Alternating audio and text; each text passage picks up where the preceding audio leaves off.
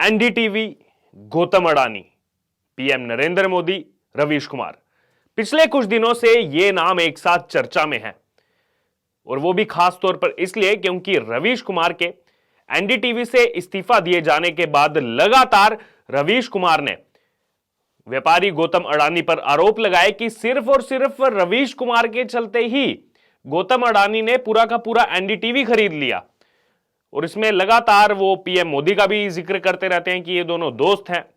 बहरहाल ये सब तो गौतम अडानी के व्यापार का एक हिस्सा है, लेकिन जिस तरह से रवीश कुमार बार बार आकर जिक्र कर रहे थे कि सिर्फ और सिर्फ उन्हीं की वजह से, यानी कि रवीश कुमार की वजह से ही अडानी ने एनडीटीवी खरीदा, एक इमोशनल कार्ड खेलने की कोशिश कर रहे थे। और अब खुद गौतम अडानी ने जब आज तक को इंटरव्यू दिया तो उसमें इन सब बातों का खुलासा हो चुका है। और साथ में ही ना ही सिर्फ एनडीटीवी को लेकर बल्कि पीएम नरेंद्र मोदी के साथ आखिरकार जो उनका नाम जोड़ा जाता है, विपक्षियों की तरफ से जोड़ा जाता है, उस पर भी उन्होंने कमेंट दिया।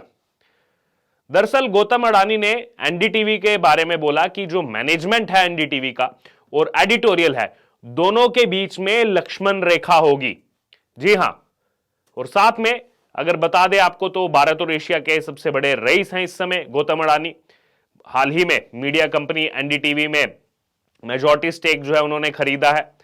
इससे एनडीटीवी की एडिटोरियल इंडिपेंडेंस पर लगातार सवाल उठाए जा रहे थे। खुद रवीश कुमार लगातार कई सवाल उठा रहे थे कि उन्हीं की वजह से उन्होंने एनडीटीवी छोड़ा। लेकिन अब इसमें गौतम अडानी का कहना है कि एनडीटीवी की एडिटोरियल इंडिपेंडेंस में किसी भी तरह का कोई हस्तक्षेप करने की मंशा नहीं है। जो मैनेजमेंट जो चैनल चलाती है और जो एडिटोरियल जो खबरें दिखाता है, उनके बीच उन्होंने कहा कि एक स्पष्ट लक्ष्मण रेखा होगी। आगे उन्होंने बोला कि उनकी कंपनियां प्रोफेशनल लोगों के हाथ में है और वह कंपनी को रोजाना के कामों में कोई भी दखल नहीं देते, यानी कि रोज के जो काम है उसमें कभी भी दखल नहीं देते। और यही बात एनडीटीवी पर भी लागू होगी, ये कहा अडानी ने। और आगे इस बात पर जोर देते हुए अडानी बोलते हैं कि जो आलोचक हैं उनको हमें थोड़ा समय देना चाहिए, हम इस बात को भी साबित कर देंगे, लक्ष्मण रेखा की बात को साबित कर देंगे। दरअसल जब अडानी इंटरव्यू दे रहे थे, इस समय उनसे पूछा गया कि एनडीटीवी में इंडिपेंडेंस को किस तरह से वो सुनिश्चित करेंगे, जिस पर गौतम अडानी का यह जवाब आया कि मैं ये साफ तौर पर कहना चाहता हूं कि एनडीटीवी एक विश्वसनीय, स्वतंत्र और अंतरराष्ट्रीय नेटवर्क रहेगा। मैनेजमेंट और संपादकीय में हमेशा एक लक्ष्मण रेखा रहेगी और वक्त के साथ ये चीजें साफ भी हो जाएंगी। आप हमें थोड़ा वक्त दीजिए। वहीं उन्होंने आगे बोला कि अडानी ग्रुप की जो कंपनी है, अलग अलग कंपनी है, वो पेशेवर और काबिल सीईओ चला रहे हैं और अपने और उनके रिश्ते के बारे में बताया कि मेरा काम केवल उनको दिशा दिखाना है, किस तरह से पूंजी आवंटन होगा वो बताना है और उनके काम की समीक्षा करने तक ही सीमित है। हमने पेशेवरों की टीम को जो है तैयार किया है जो समस्या सुलझाने में यकीन करती है। और लोकतंत्र में लोगों की शिकायत हो सकती है, यानी कहीं ना कहीं तंज कसने की कोशिश की रवीश कुमार पर, और कहा कि हम इसका सम्मान करते हैं। लेकिन जितना झूठ था रवीश कुमार का वो अब साफ हो चुका है। वहीं जो कर्ज को लेकर बात की जाती है उसको लेकर भी गौतम अडानी बोले। दरअसल बार बार विपक्ष की तरफ से जिक्र किया जाता है कि देखो अडानी ग्रुप की कंपनियों पर इतना भारी कर्ज है, लाखों करोड़ों रुपए कर्ज चल रहा है। इस बारे में भी गौतम अडानी की तरफ से जो लोग ऐसी बातें कर रहे हैं उनके बारे में कहा गया। गौतम अडानी ने कहा कि अडानी ग्रुप की कंपनियों की आर्थिक स्थिति और कर्ज के बारे में जो कम जानकारी रखते हैं वो ऐसी बातें कर रहे हैं। आगे उन्होंने बोला कि इस बारे में उनको और तहकीकात करने की जरूरत है। पिछले 9 साल का उन्होंने जिक्र किया गौतम अडानी ने और कहा कि पिछले 9 साल में हमारा मुनाफा कर्ज की तुलना में 2 गुना बढ़ा है और जो कर्ज का रेशियो था 7.6 था वो अब 3.2 आ गया है। रेटिंग एजेंसियों के बारे में उन्होंने कहा और कहा कि भारत सरकार की सोवरेन रेटिंग के बराबर जो है उनको रेटिंग मिल रही है। जिन एजेंसियों का जिक्र किया, कहा कि ये एजेंसियां काफी जांच पड़ताल के बाद रेटिंग देती हैं और हमारी स्थिति स्ट्रांग है, सिक्योर है। वहीं गौतम अडानी बोलते हैं कि 9 साल पहले हमारे कर्ज में भारतीय बैंकों की हिस्सेदारी 86% थी, ये खुद गौतम अडानी ने कहा।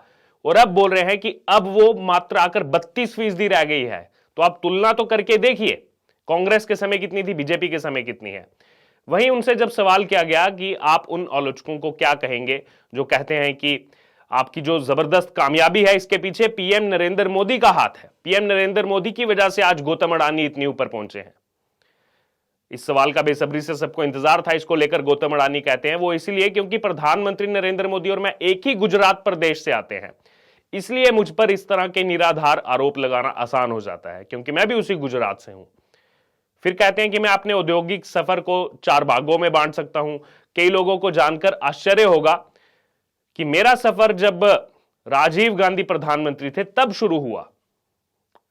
जब उन्होंने एक्जिम पॉलिसी को बढ़ावा दिया उस समय मेरा सफर शुरू हुआ, यह कहा गौतम अडानी ने। और आगे कहते हैं कि पहली बार कई चीजें ओजीएल लिस्ट में आई, इससे मेरा एक्सपोर्ट हाउस शुरू हुआ उस समय में।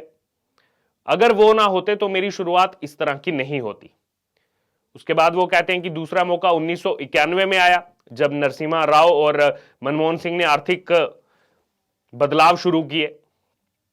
उसके बाद गौतम अडानी कहते हैं कि मेरे साथ बहुत से लोगों को उस समय फायदा हुआ। और वहीं इस बारे में बहुत पहले ही उन्होंने कहा कि मैं बहुत पहले ही बता चुका हूं इस बारे में। उसके बाद तीसरा मौका तब आया 1995 में, जब केशुभाई पटेल गुजरात के मुख्यमंत्री बने।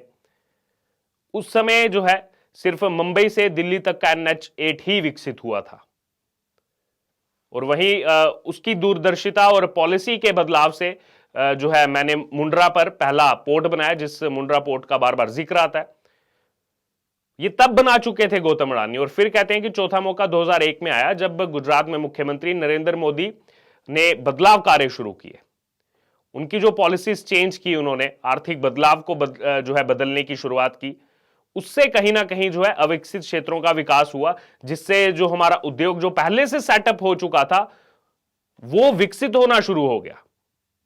और आज प्रधानमंत्री नरेंद्र मोदी वही चीज राष्ट्रीय और अंतरराष्ट्रीय स्तर पर कर रहे हैं।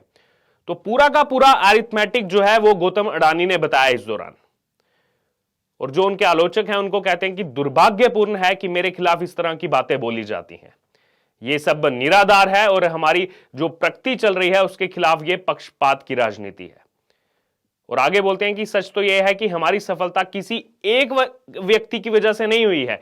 पिछले 3 दशकों में, यानी कि पिछले 3 सालों में अलग अलग सरकारें रही, उन्हीं सरकारों की जो नीति में बदलाव आया, उस वजह से आज अडानी ग्रुप जो है इतना ग्रो हो पाया है। तो इसमें केवल और केवल प्रधानमंत्री नरेंद्र मोदी का जिक्र करना यह गलत है।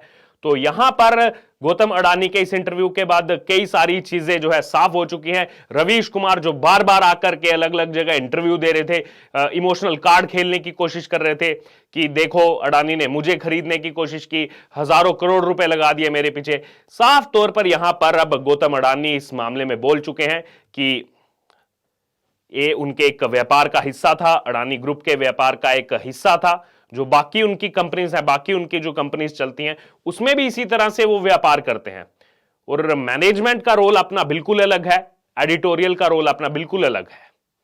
तो यहां पर जो रवीश कुमार का झूठ था वो साफ तौर पर अब जनता के सामने आ चुका है। और इतना ही नहीं, विपक्ष की तरफ से भी जो बार बार कहा जाता है कि अडानी अंबानी की सरकार है, राहुल गांधी बार बार जिक्र करते हैं अडानी अंबानी की सरकार है। अब खुद गौतम अडानी ने बता दिया कि जब राहुल गांधी के पिता राजीव गांधी प्रधानमंत्री थे उस समय उनका उद्योग जो है पलना स्टार्ट हुआ।